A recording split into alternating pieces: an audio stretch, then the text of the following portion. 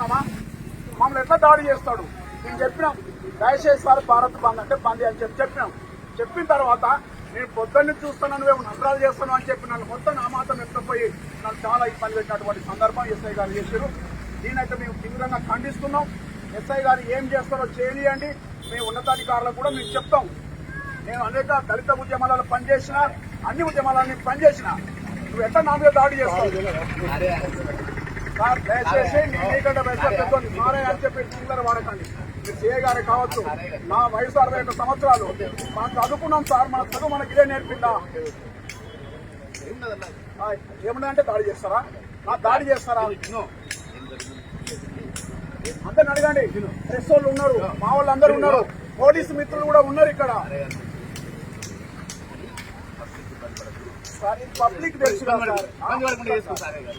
Public తెలుసు చెప్పండి. తెలియదా? భారత్ బంద్ పబ్లిక్ తెలియదు సార్. దయచేసి మీరు తెలియదు సార్. మీరు ఒక ఆఫీసర్గా మీరు ఆలోచన చేయండి. మీరు ఒక ఆఫీసర్గా మీరు ఆలోచన చేయండి. ఇదేం పద్ధతి సార్?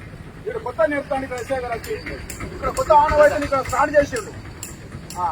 దాడి చేసిన ఎస్ఐలు అందరూ కూడా మట్ల కలిసిపోయారు ఇక్కడ. వాళ్ళకి ఎటువంటి గుణపడం జరిగిందో తెలుసు, మేము కూడా చేస్తాం.